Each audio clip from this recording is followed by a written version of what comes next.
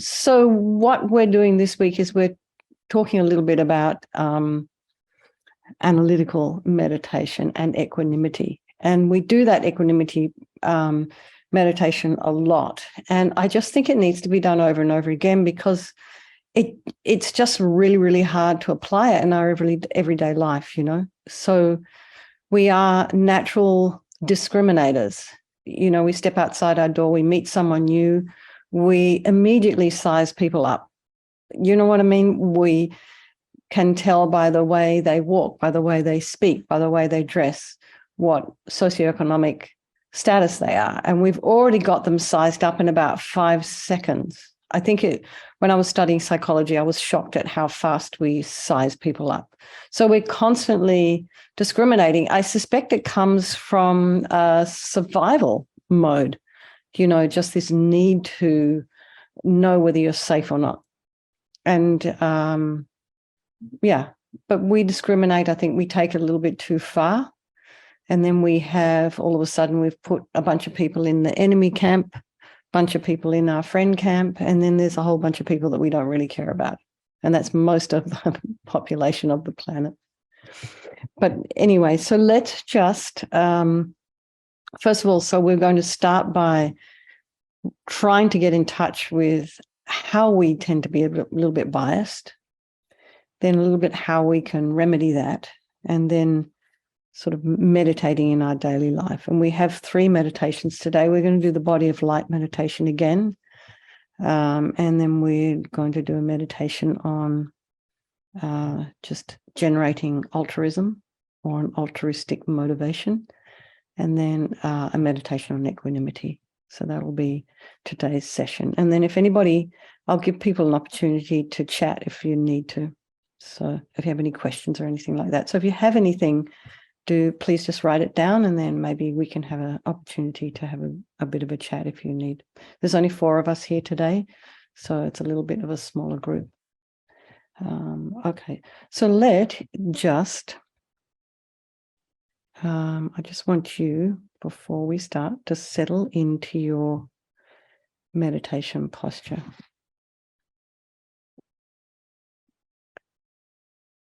So just reflect, bring your mind to the same place your body is. And just know that however it is you're turning up this evening, it's all okay. It's totally fine. So if you are sitting, wherever you're sitting, if you're sort of sitting at a chair, if you're sitting on your meditation cushion, if you're sitting on a couch, just try and be comfortable. If it's possible, you need to keep your spine straight. Try not to lean into whatever cushions you've got around you, unless, of course, you're injured or not well. Hands in the meditation mudra. Right hand is nestled in the left with the thumbs touching. Your sacrum is raised, maybe a couple of inches. And imagine your spine is a string of pearls of light stretching from the base all the way up through the crown of the head and beyond, putting some space in between your vertebrae. Just imagine all those muscles along the back of the spine are lengthening, lengthening, lengthening. You're getting just a little bit taller. Now, from hinging at the base of the skull, just tip the head very slightly forward. So you're not throwing the head forward with your neck, just very lightly tipping the chin down. And if your eyes were open, they would be looking at a spot about 2 inches in front of you as you're looking down your nose. Tip of the tongue is on the roof of the mouth, and just relax your jaw.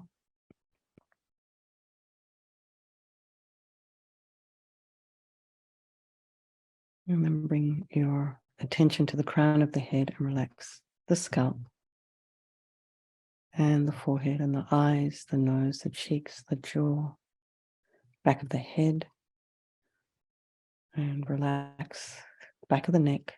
Your shoulders, allow your shoulder blades to drop down, and relax your throat, chest, belly, limbs, hands, fingers, and feet and toes. And bring the mind to the breath. Again, noticing those very subtle sensations of the air as you're inhaling and exhaling. So very gently breathing in. Just feel the air very gently moving in through the nostrils, maybe over those tiny, tiny hairs inside the nostrils.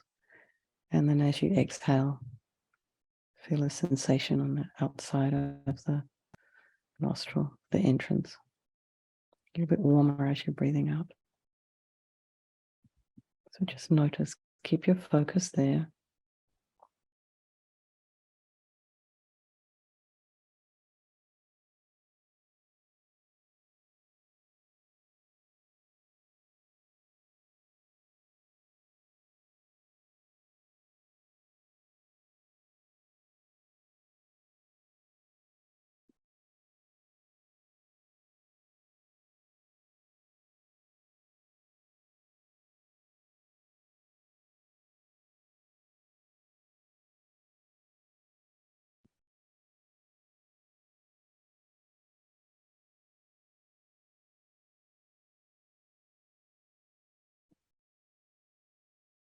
Now just be aware if there are any sounds in your environment. It's pretty quiet here this evening. It's been quiet all day. There's hardly anybody moving around the street, no cars, no people. It's almost like lockdown.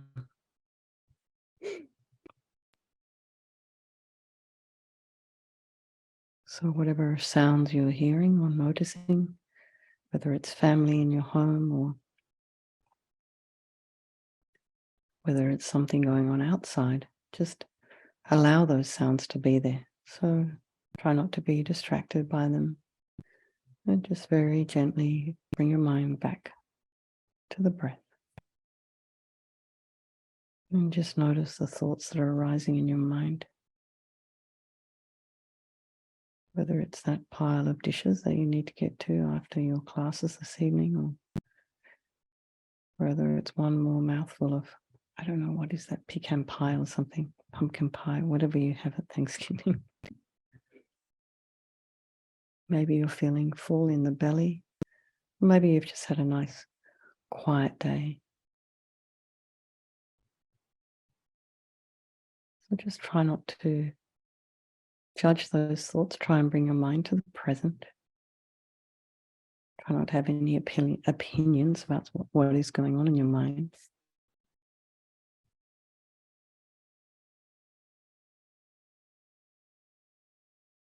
And we just put ourselves on the bank of our river.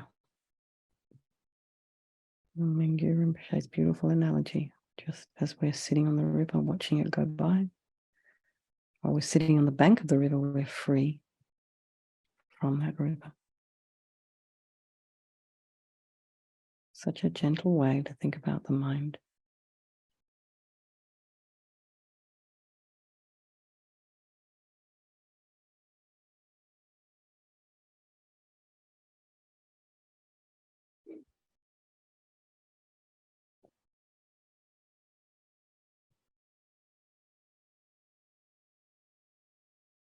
So to distinguish and discriminate one thing from another is a very, very basic function of the mind. Partly safety, partly survival. In some ways, though, I think perhaps we have overdeveloped that function.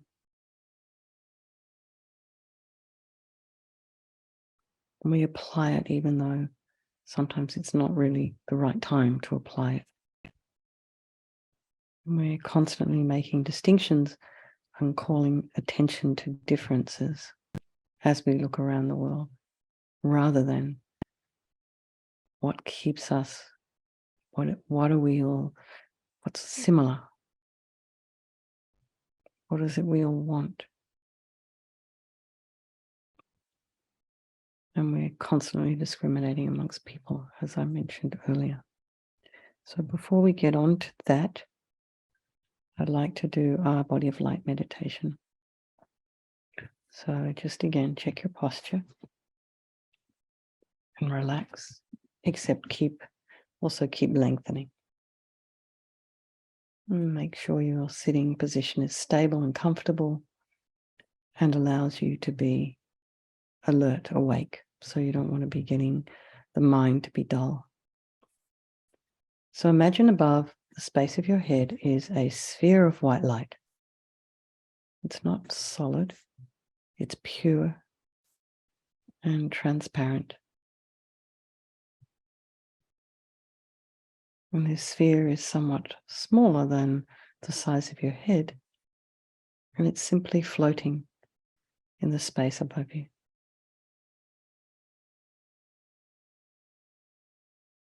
So just contemplate this sphere very gently. Just be aware that it's there. If you can't quite imagine it, don't worry. Just feel its presence of this radiant white light above your head, floating in space.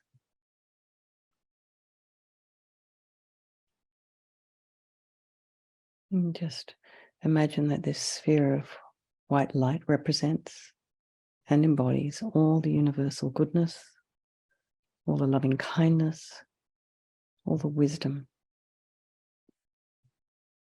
phenomenal intelligence and creativity, basically the fulfillment of your own highest potential.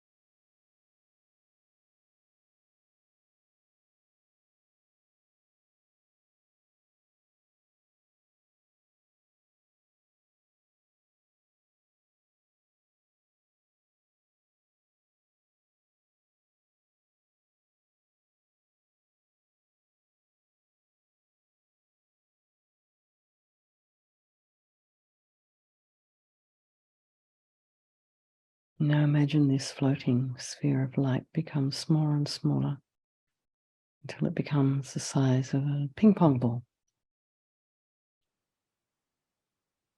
about maybe an inch in diameter. And imagine this small sphere of white light just kind of melts and descends into you through the top of your head, through the crown. And this light sort of melts into you, goes down the center of your body to your heart chakra. And it stops at your heart. And there it begins to expand once again.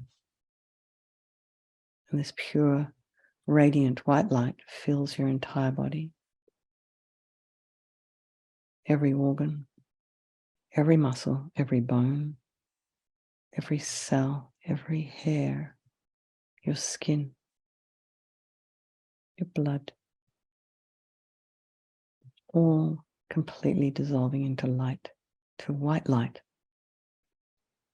And slowly, slowly, your body becomes completely made of light. Concentrate on this experience.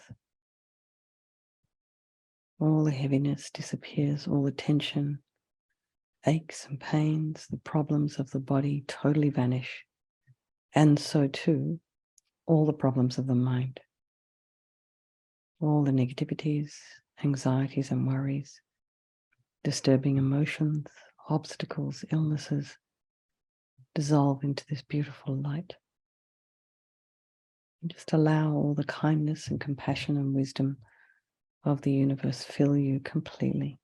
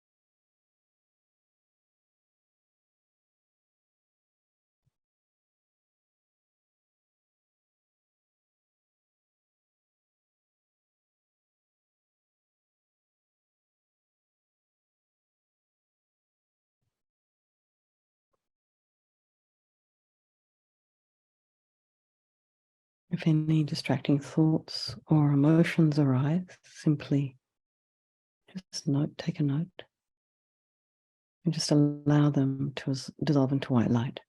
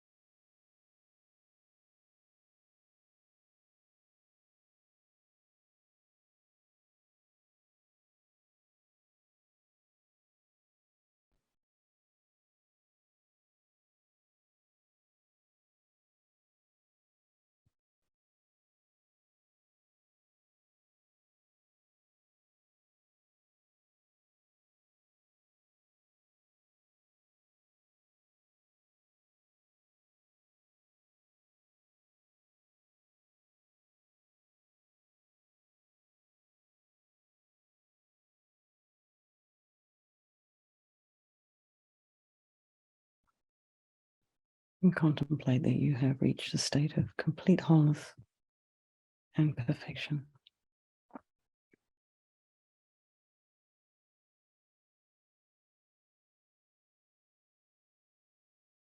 Just allow yourself to experience, meditating on the blissful experience of that state of wholeness and perfection, free from any delusion or worry.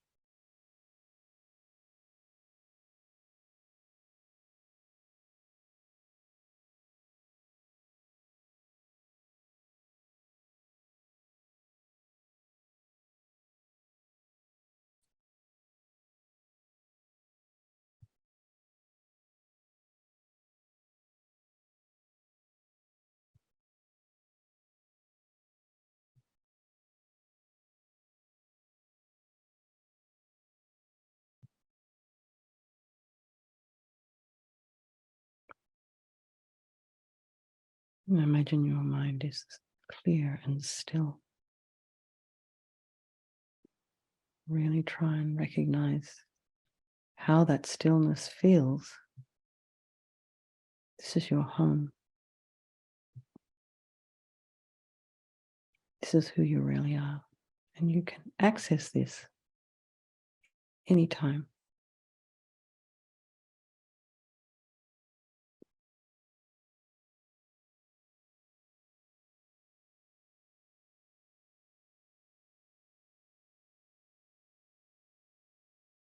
Now, within this clear stillness of your mind, imagine surrounding you are all the people of your life. In this meditation, imagine your friends are either side of you and behind you as a support. And those with whom you have difficulties are seated right in front of you, eyeball to eyeball.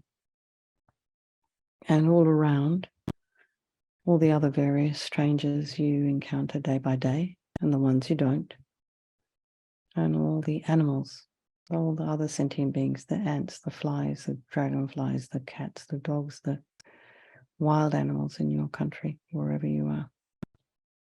And really pay attention in this moment to all of these individual beings. Feel their presence. You care very deeply about some of these people. You love them deeply. Your heart is connected to them. Others you'd probably rather avoid, and maybe today is, in the American calendar, is a day where some people can't avoid those people that are difficult for them, or they don't. And still others, many, many others, we just ignore. So It's almost like our minds don't quite have the capacity to be able to just hold everybody. So take a few minutes to simply acknowledge and recognize. You can just think of people and just recognize these reactions that we have to the different people in our lives.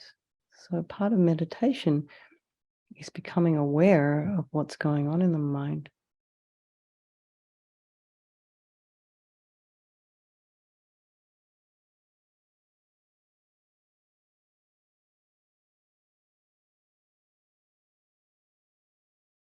And then you can notice in the moment, oh, here's some discrimination coming up about this person. These are ideas and opinions I have.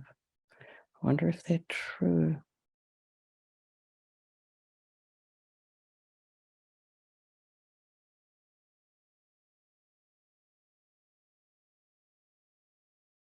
This person's mother sees them completely differently than I do.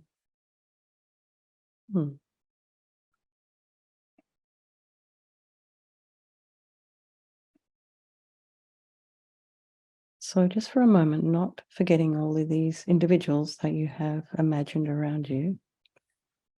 Again, take a few moments to reflect on what brought you to this meditation course in the first place. What interested you in doing this in the beginning? And then as time has gone on, what were the reasons, your motivations for continuing the course to today?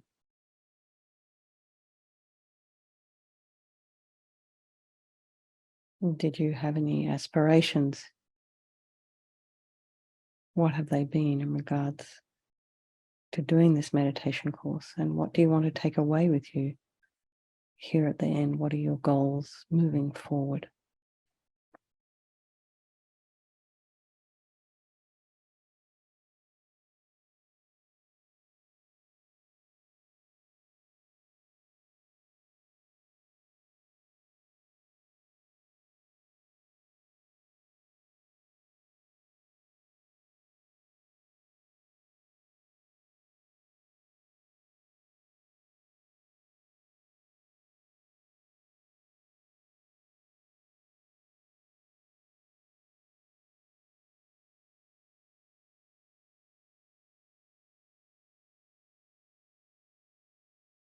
Just take a few moments to actually focus in on paying attention to your goals and your aspirations, and how might fulfilling these affect not only you, but perhaps the people around you.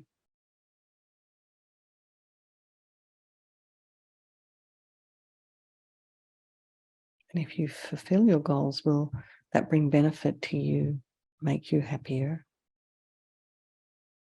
Will it bring benefit to other people in your life? So I think if you can think about your goals and your aspirations, not only in the context of yourself, but perhaps in terms of bringing benefit to others, the people you've imagined around you, not just the ones we love. Then see if you can expand. How many people can you fit into your heart?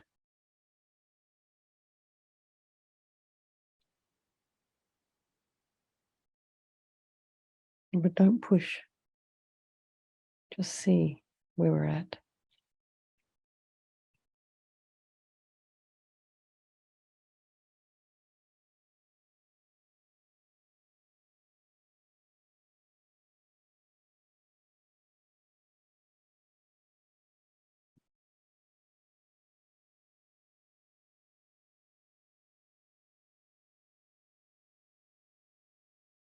And make a strong determination in your mind to reap all the benefits of the course and everything you've wanted to achieve, not only for yourself, perhaps for all the people of your life. Make a determination that this will come to pass and that you can make it happen, that you do have the power.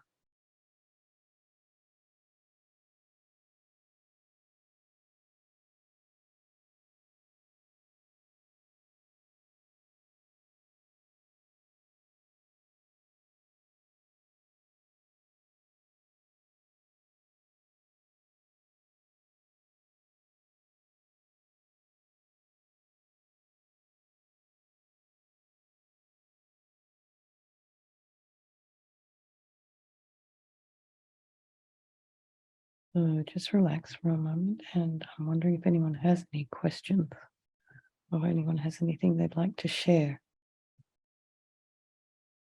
No? Okay, so let's go back to meditation. It says that the host disabled my video. Oh. No big deal, but it does say that. Isn't that interesting? Okay, I'm going back to meditation. It's okay, it doesn't matter. So in the sessions up until now, we've covered different kinds of meditations. So you've had a selection of different techniques that you can make use of in your practice. And this last session, we're talking a little bit more about how the use of analytical meditation, so that's basically thinking, can be used to gradually transform, habits that maybe are harmful, unproductive, emotional responses that may be inappropriate or not, that don't serve us, and trying to develop an enhanced positive emotional response and patterns of thinking. So we're becoming a little bit healthier. And we're doing this in the evenings in our Vajrasattva, our purification meditations as well.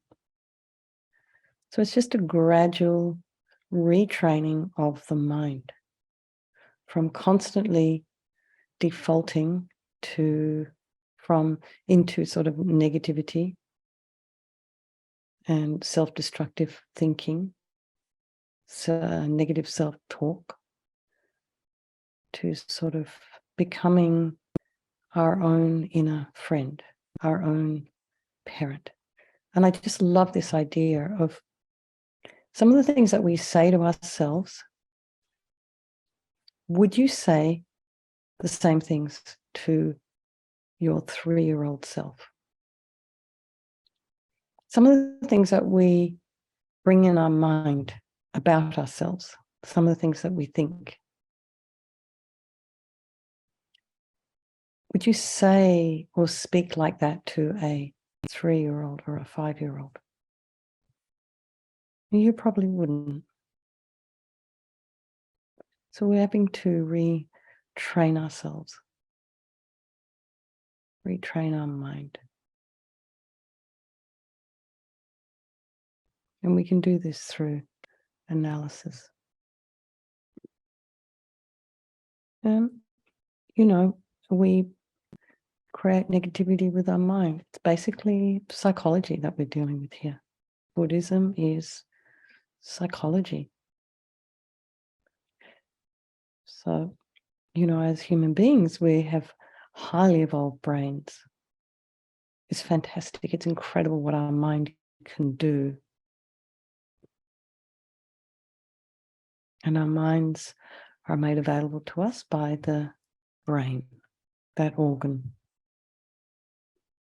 Our brains have so much more than we actually even make use of. And you may have heard many stories about, people having a stroke, only having a certain amount of the brain still available for them to use, but they're still seemingly functioning fairly normally.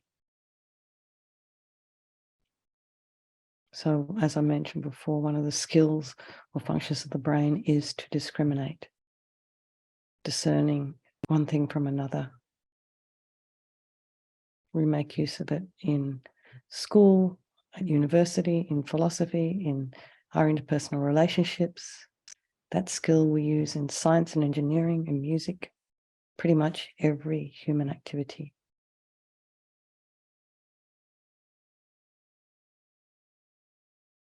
So discrimination in itself is it's neutral. It's how we use it that makes it positive or negative.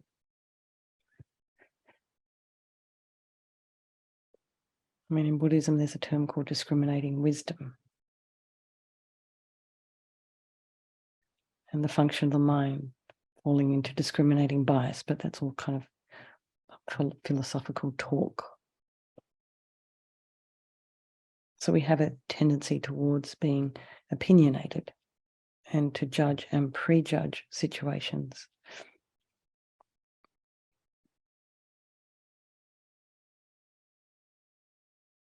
So sometimes we can have an attitude of openness, or we can, and clarity, or we can be closed-minded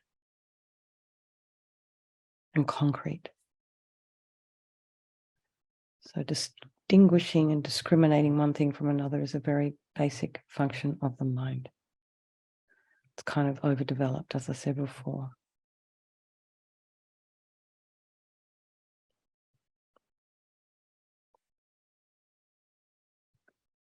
So let's look at the application of this function of our minds within our interpersonal relationships. So as we saw in our visualization, it's not difficult for us to pull up our friends, pull up examples of in our lives of people that we would call loved ones, others that we would distinguish as, you know, a bit of a trouble in our life, or maybe, I mean, in these teachings they talk about the enemy, but it can range from someone who just slightly irritates you through to someone who really has harmed you. And then we have these people that we don't care about, they're strangers. And when we initially think about it, we don't think that there's anything wrong with that. That's just how the world is. There's only 3 different groups of people. The ones we don't know, the ones we know and we don't like, and the ones we know and we do like. We kind of put everybody into these kinds of categories, but how do we arrive at these distinctions? And how do we make them as concrete as they are? So I think, excuse me, you may have heard, if you've attended many different Buddhist teachings, that they talk about these 3 poisonous attitudes of the mind. One is aversion, you know, hatred, anger. The other is attachment, grasping. And the other is ignorance. And to the extent to which they control our reactions to things, it kind of taints our minds, our words, and our actions. It's basically we're clouded by delusion when we're under the control of attachment, aversion, and ignorance. We can't think clearly.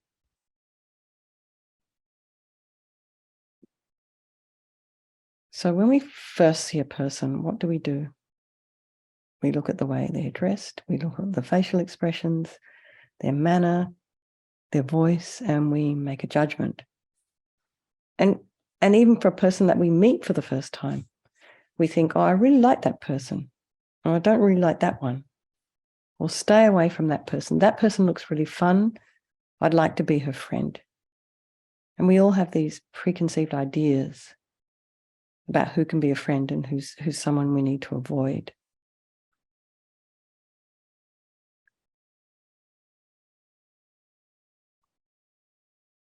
And sometimes we make these judgments about people before we even get to know them.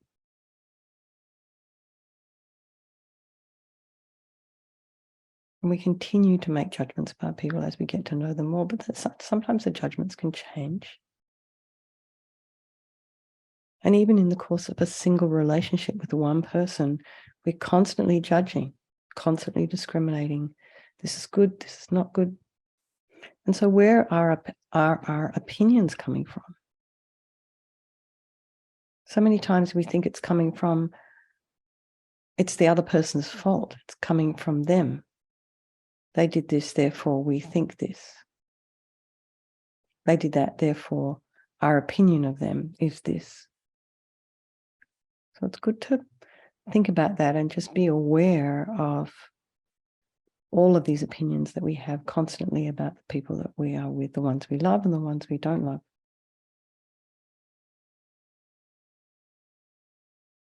And we have this attachment and aversion just constantly on autopilot, just freewheeling out there. I can think what I like.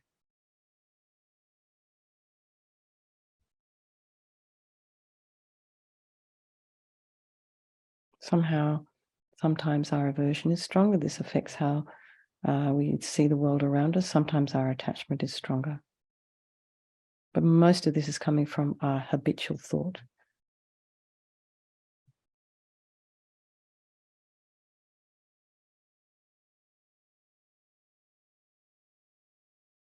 So we're in this kind of place of pushing and pulling. I like this. I don't like that. Get that away from me. Bring this towards me. Grasping on things that we think are going to make us happy.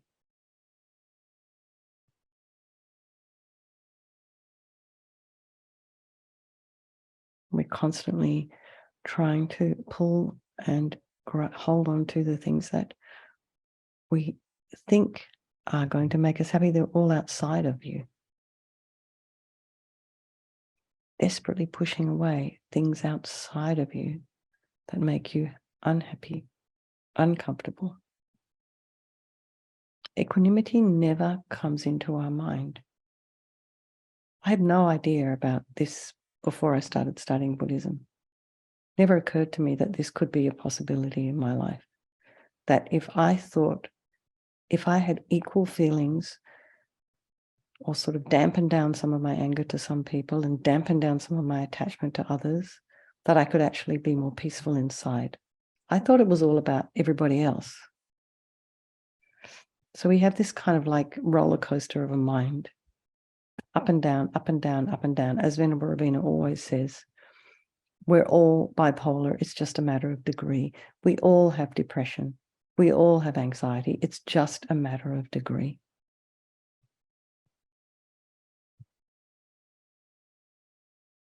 And we always seem to be subject to all the situations that are around us, pleasant or unpleasant. We react to the world. We let the world do us. But in fact, we do have the power to be able to calmly, quietly move through the world.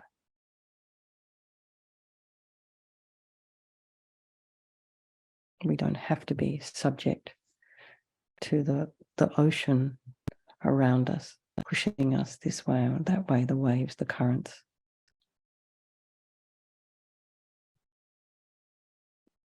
We can be peaceful.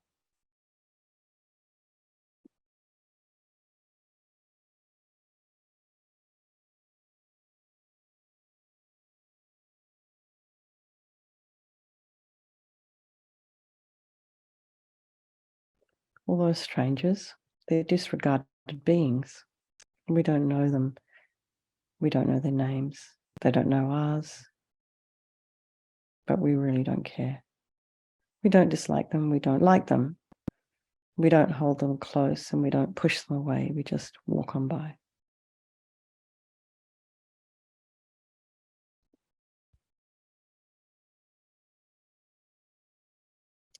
So this idea of attachment, aversion, and ignorance basically come down to one even more fundamental attitude, which in Tibetan Buddhism we call self-cherishing. Self-cherishing isn't about taking care of yourself. It's more like selfishness. It's all in relation to me, I, at the center. What is pleasant to me at any given moment? What is unpleasant to me at any given moment? And what I don't care about. And this is the primary concern for the self above all else.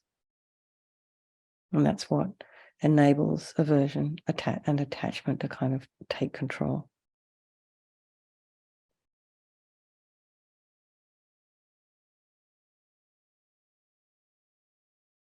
So this kind of idea of this kind of selfish attitude that we have in our mind it's our root problem. We can see it functioning through these mental habits of aversion and attachment and ignorance. We can see how self-centeredness closes our minds, closes our hearts, and disturbs the peace and stillness inside. And all of these are obstacles in meditation. All the obstacles in our life, according to all of our teachers, come from the root self-centeredness of self-cherishing. And it's not the grosser sense of the obnoxious people that we have counted at one time or another, who are simply oblivious to others and only care about themselves in the grossest possible ways. That's kind of coarse. That's the coarsest level. We all have this self-concern at the center of our beings. Some people have it more than others. So we all know that one person who only ever talks about themselves, only ever thinks about themselves. You know, it's kind of shocking. Don't like being around them. And you think, well, how on earth am I going to survive? But the degree to which we can become conscious of that self-cherishing and the degree to which we can minimize its negative effects, to that extent, it is possible for us to overcome our afflictive emotions and to develop sort of a little bit more of an altruistic concern for others and also our planet. To the extent to which we can keep a rein on our self-cherishing, we have this incredible opportunity to develop our more altruistic qualities. And they are there, they're just hidden. They're just kind of suffocated by our self-cherishing. But first we've got to kind of, just even, it's kind of uncomfortable, we just have to acknowledge it's there. Notice it.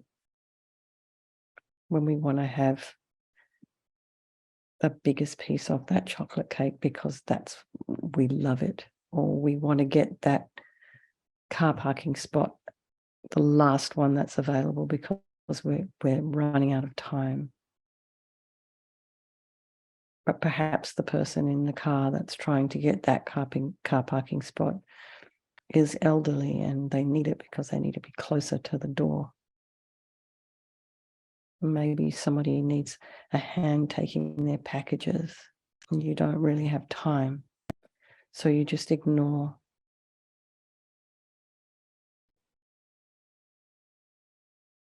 So we're thinking about ourselves first.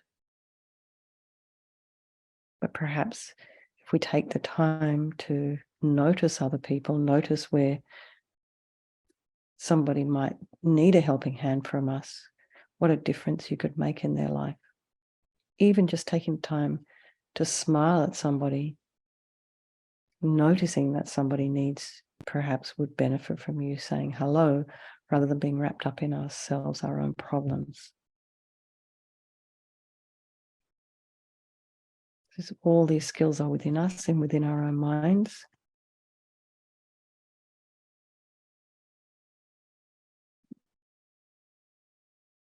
And we can look at our minds through meditation. We can moment by moment, as we slow down that kind of spinning out mind that we all have, we can look at each individual thought as it arises. Moment by moment, day by day, we understand the layers of our mind, our inner obstacles a little bit more deeply, all the way down to our self-cherishing and our most fundamental ignorance. And we can get control. Buddha had complete control over his mind. Once you have control over your mind, you will be gaining control over your lives, your experiences, and your actions. It will completely change your life.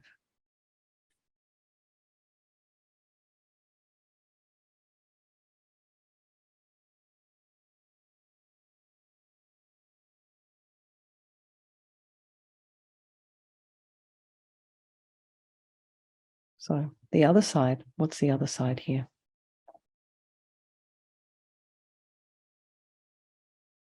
What takes the place of aversion, attachment, and ignorance, and the emotional roller coaster ride that we get on with them, is to contemplate what the mind of equanimity might be like. Aversion, attachment, and ignorance, we're kind of sticking people into boxes, situations into boxes, categorizing them because we feel we need to be control and have a handle on everything. And there are only a few possibilities provided by minds of attachment, aversion, and ignorance. Makes us very concrete. And so we lose the subtle nuances of sentient beings when we do that.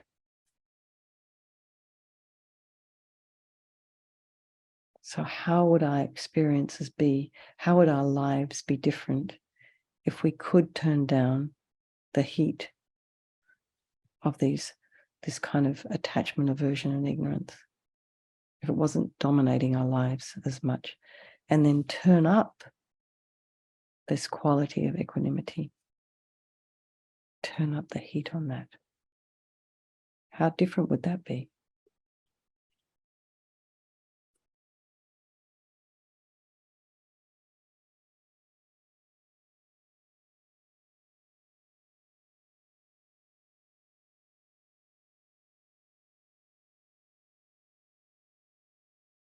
So we're seeing the world through different colored glasses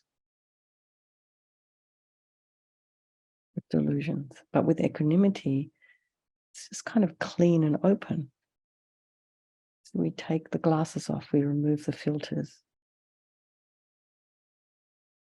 That this kind of dance we have of pushing and pulling stops. We're not pushing, we're not pulling. We just take a step back. We let go and we observe, just like we do in our meditation. Sitting on the bank of the river.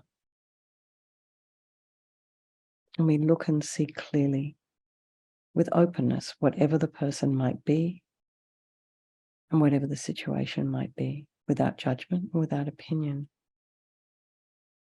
So then there's no stress in your heart.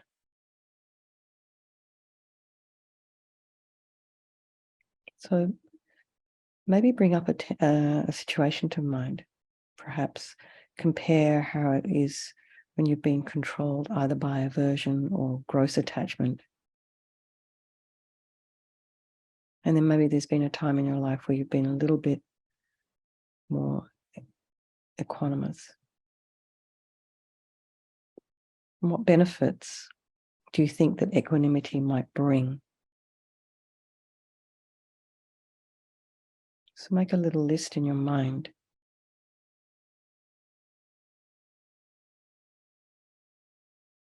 How your life might look, what benefits might be to you if there was equanimity in your heart.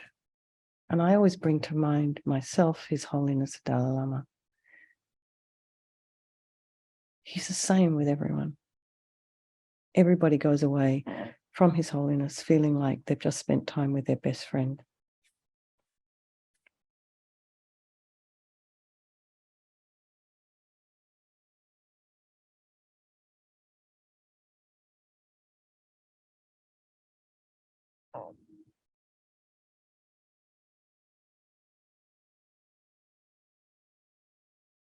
Now bring to your mind what happens when you are kind of full on blown involved in a delusion of aversion, for example.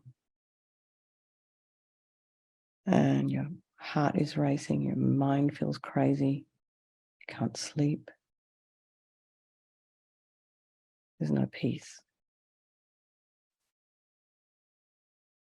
So compare the two states of mind. Really give some thought to it. And then perhaps you might notice if you've been doing your practice for a little while,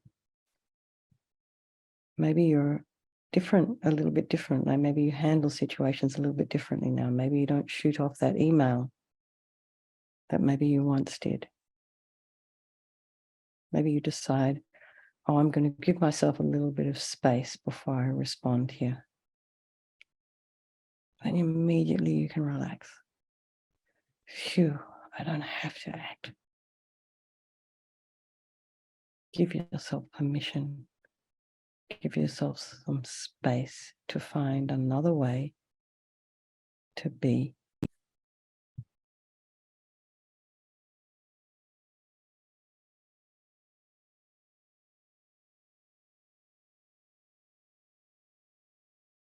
Okay, just relax.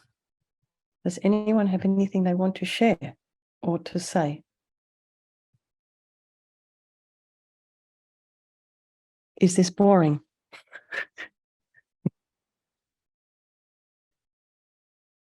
Can you No. relate to it?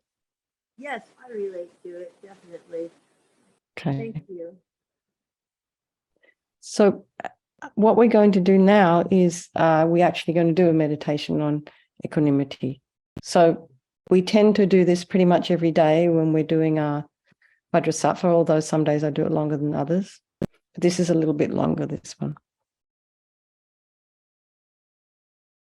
So we've got another half hour or so, and I want to spend quite a bit of time doing this. So let's just settle into your meditation posture. And I'll just stop and allow you to meditate maybe for 2 or 3 minutes. So I haven't disappeared or gone away. I'll just be quiet and allow you to meditate. So just check your meditation posture again, getting comfortable. Steady your breath and align your spine, and just try and come back to that place of stillness.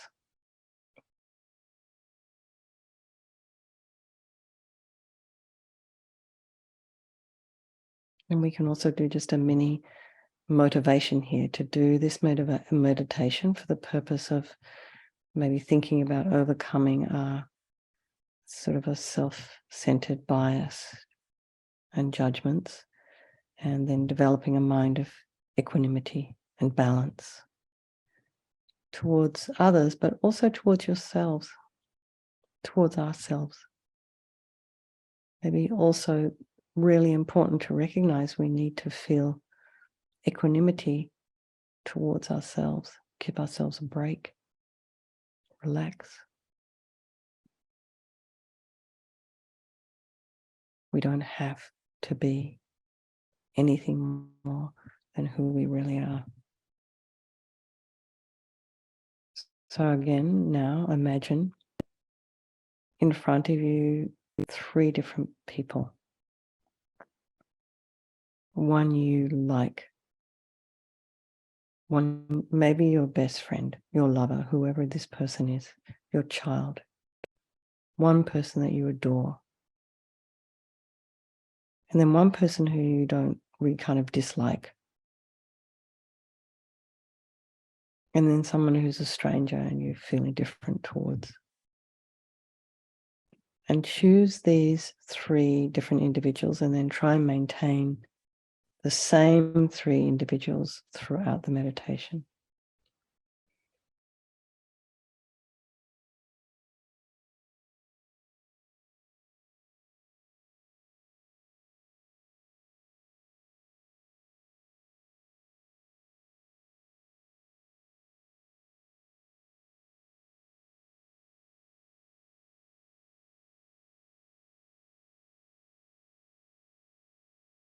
Now focus on your friend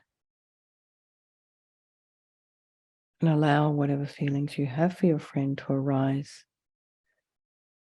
Really allow them, feel them strongly. Feel the affection you have towards this person. You can even maybe imagine yourself hugging them, talking to them, being with them. And really open your heart and feel how this person is truly a friend and how they care about you.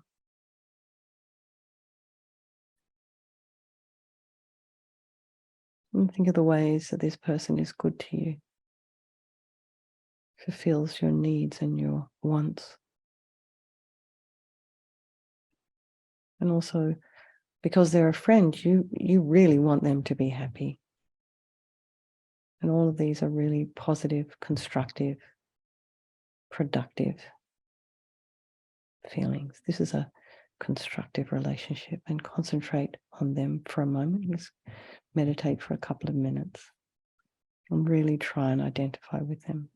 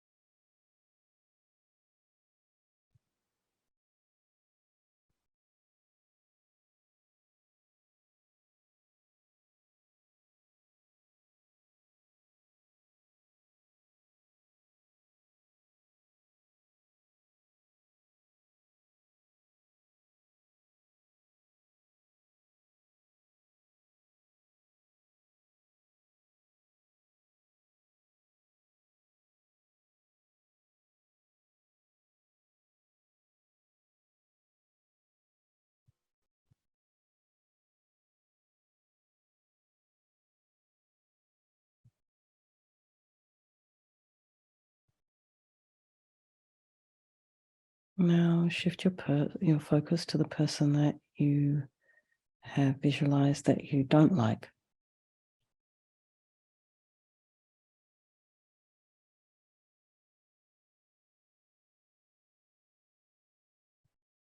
This one you have judgments about, opinions about. And perhaps that person isn't really kind to you. Maybe they're rude to you or sarcastic or make fun of you or make you the butt of their jokes. Maybe they don't fulfill your needs. Maybe they annoy you, make you angry,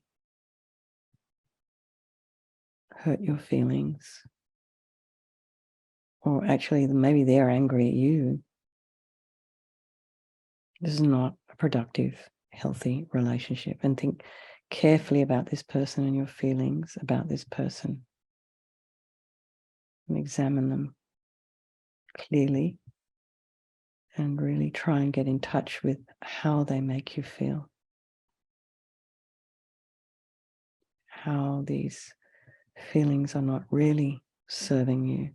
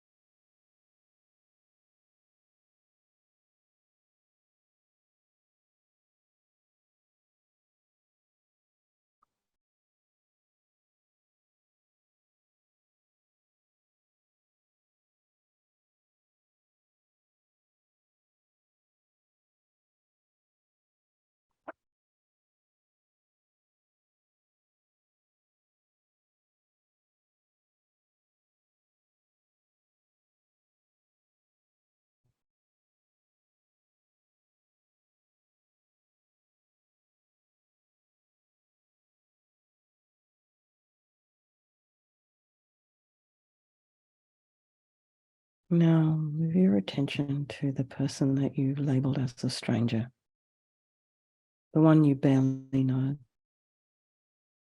You don't really have any opinions about this person. You neither like them or dislike them.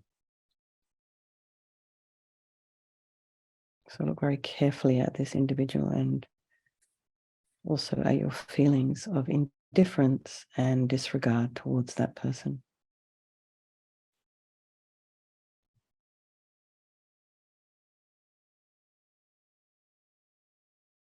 Maybe it's the cleaning staff in your building, if you have a building. Maybe if you go to a gym or something like that.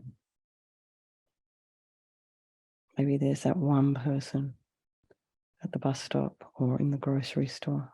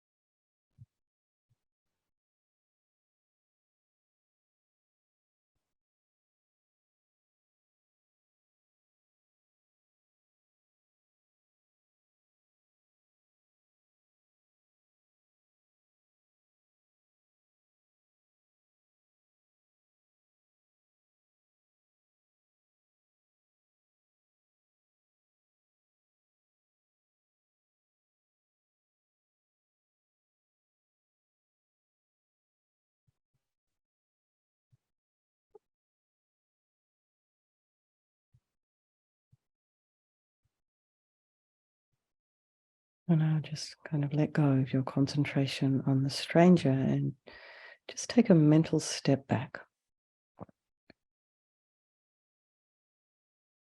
and consider for a moment that the nature of your relationships with each of these people and the labels that you've put on them, the friend, the enemy, the stranger, is it based on what they do or do not do for you at this point in time?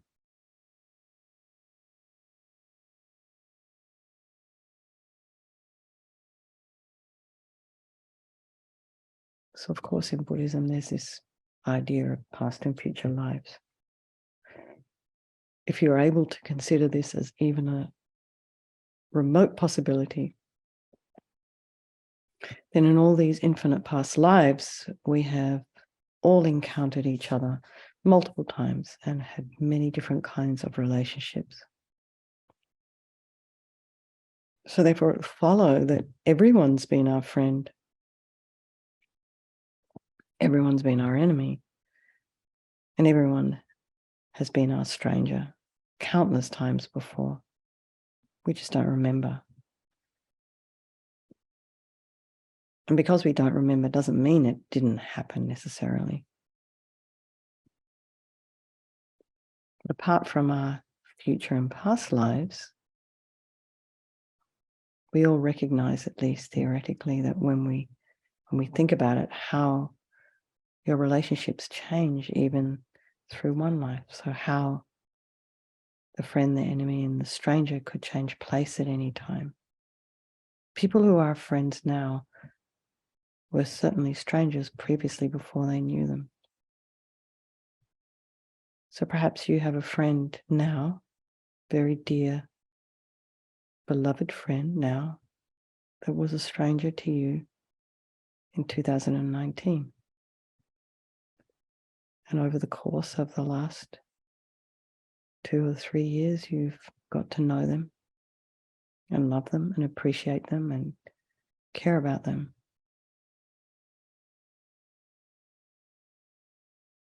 But in 2018, they were a complete and total stranger. You didn't even know they existed on the planet. Now they're so important to you.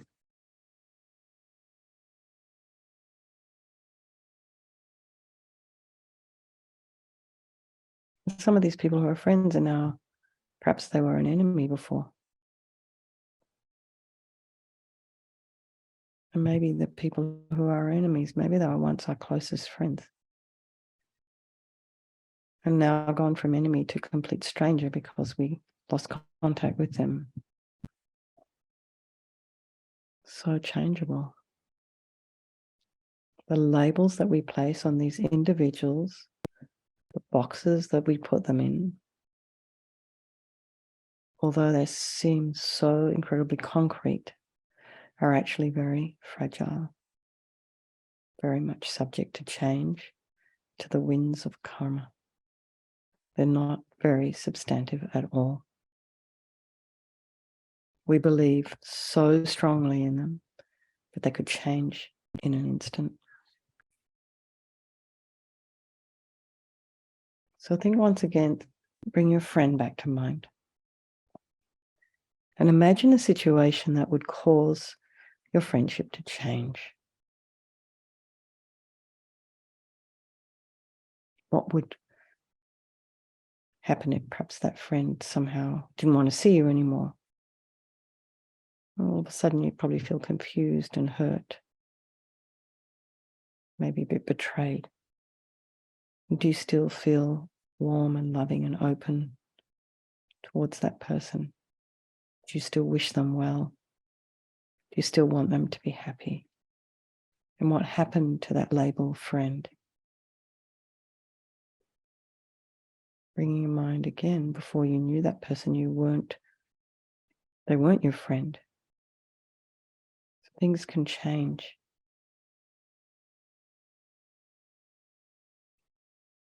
So there's really no sound reason for having kind and friendly, even loving feelings only towards the friend of this moment.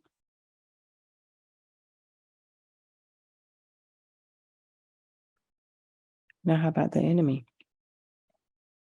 Imagine a situation in which you and that person might be drawn together and even might become close. So what if that person, all of a sudden, out of the blue, did you some kind of kindness? Maybe they found you broken down by the side of the road in a snowstorm without cell reception. Suddenly this person turned up and helped you. Or maybe they gave you a gift, or maybe they publicly acknowledged you and praised you for something that you've done. So what happens to your feelings about that person now? Did you soften towards them? Do you have, oh my goodness, some warm feelings? Wow. Unusual. So we can learn to feel warmly towards our enemies. It's happened before and it will happen again. And we got to try and see through our concrete labels.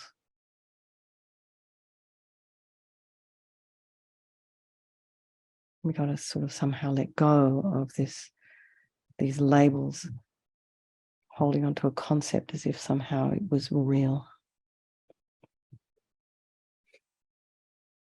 So now bring to mind your stranger.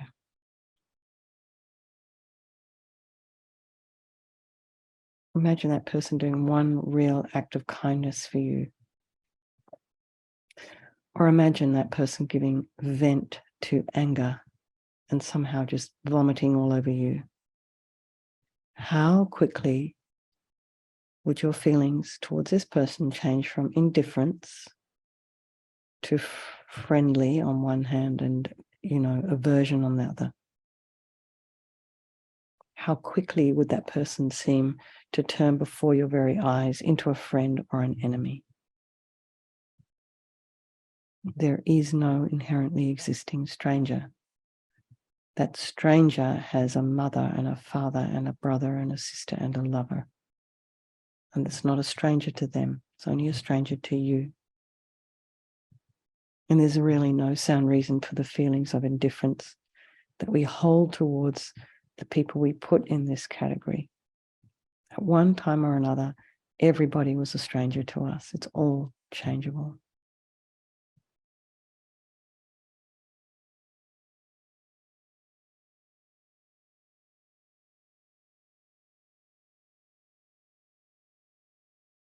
So think about these three individuals in front of you and contemplate, just as an experiment, allow the possibility of how fragile the impermanence of these relationships. It's only our misconceived belief in how concrete the world is, and concrete and how right and how, because I believe it, therefore it is, we put these labels on the friend, the enemy, and the stranger, and that holds our minds back from the possibility of change and fluidity.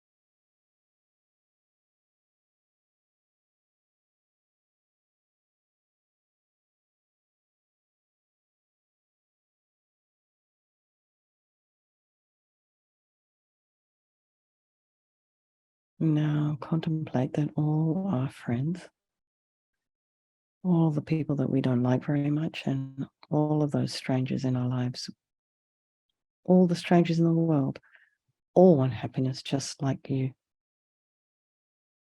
So in this respect, everybody's equal.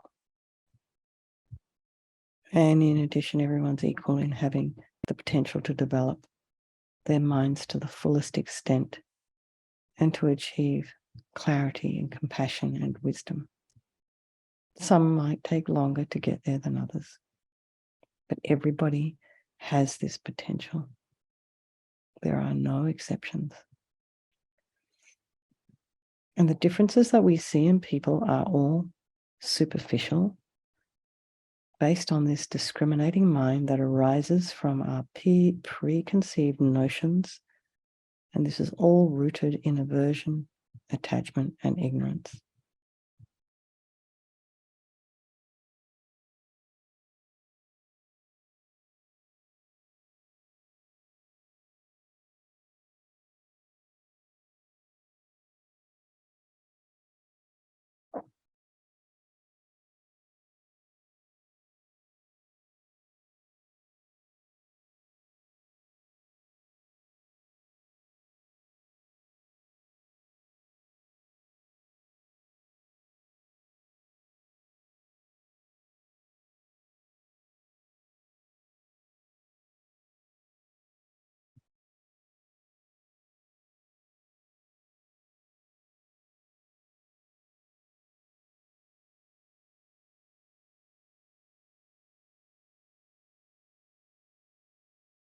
So to conclude this meditation,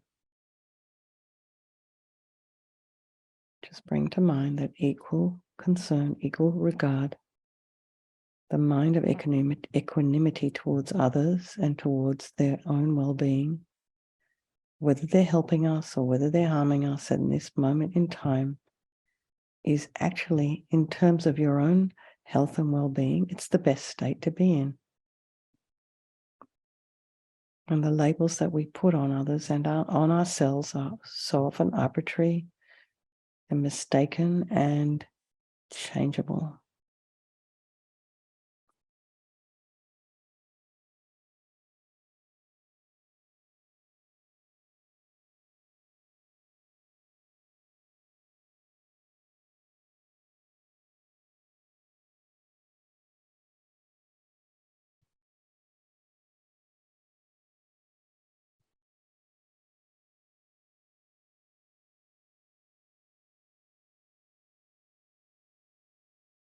So doing analytical meditations like these is an opportunity to just take a quiet moment in your day and to reflect what's happening.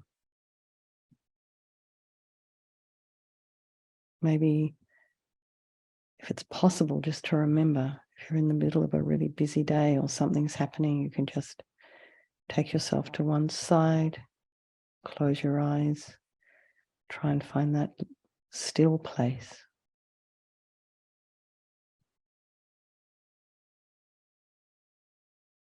Before you react.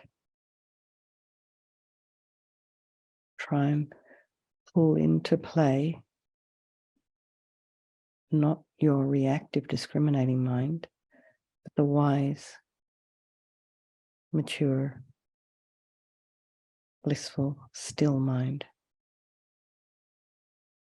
And take action, including speech, according to what's most beneficial.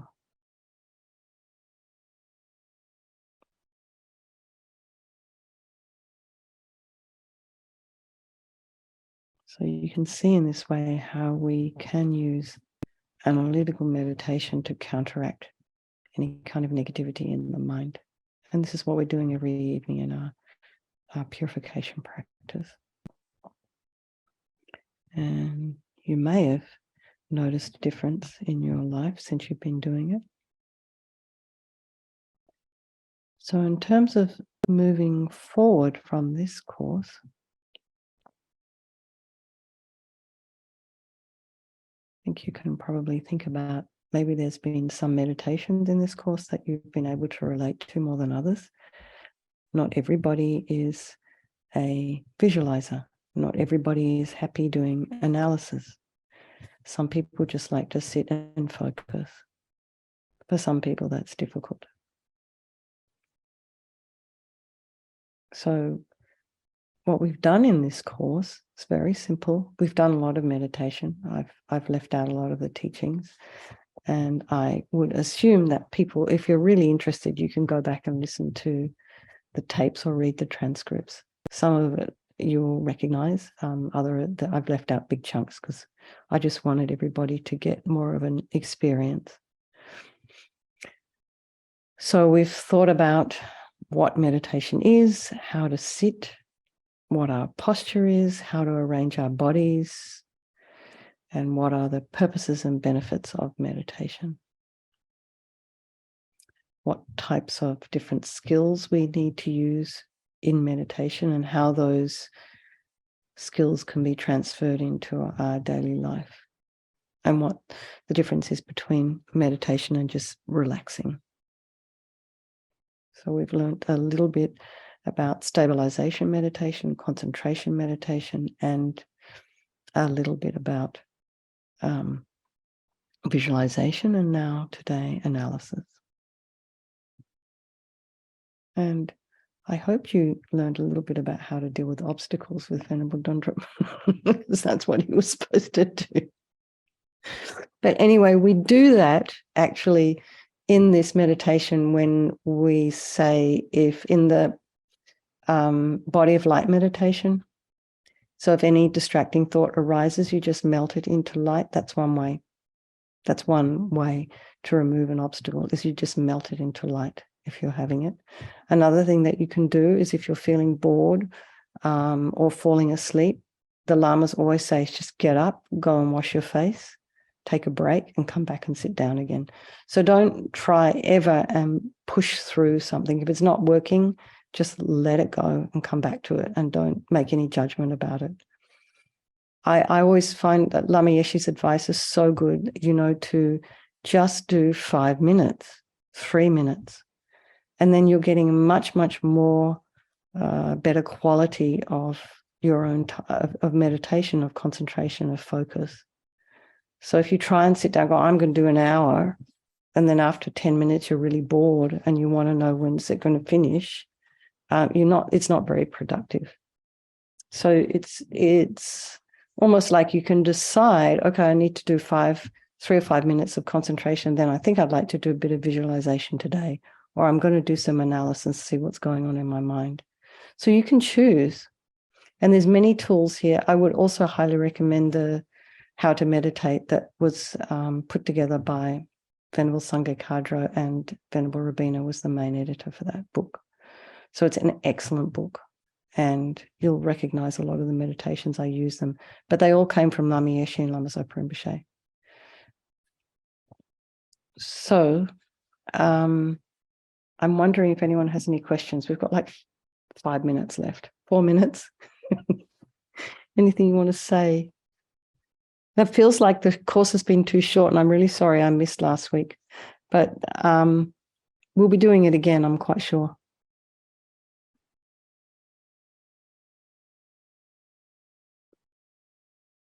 And who is that person there with the lovely lotus? Is that Mai? Is Mai able to unmute? It's a very quiet, shy person there. She's where from? Hello, Mai.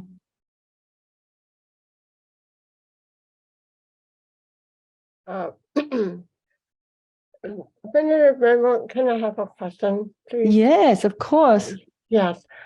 So when we do the meditation, what is the minimum amount that we could sit, to,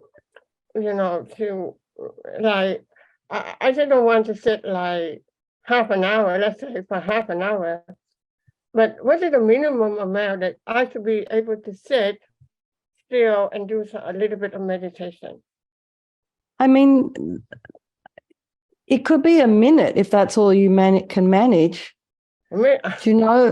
Because I honestly feel that that settling meditation, that settling that we do when we settle into our body, that's a meditation in itself.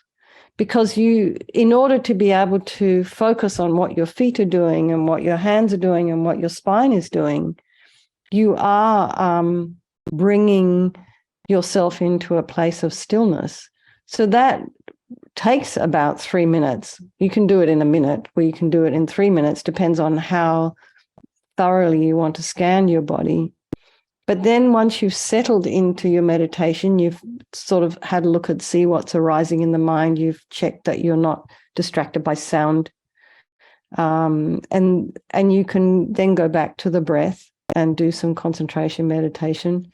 That in itself takes about 5 minutes.